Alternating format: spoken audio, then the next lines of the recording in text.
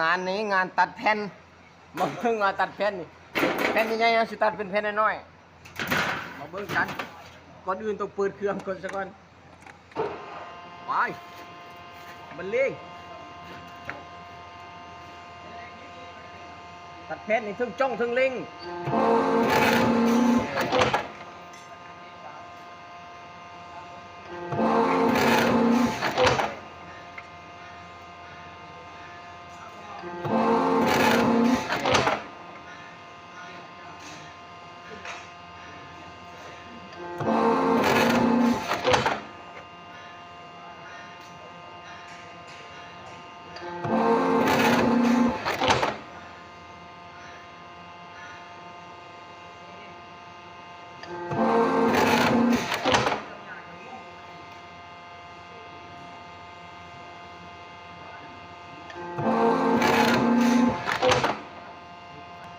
ดิ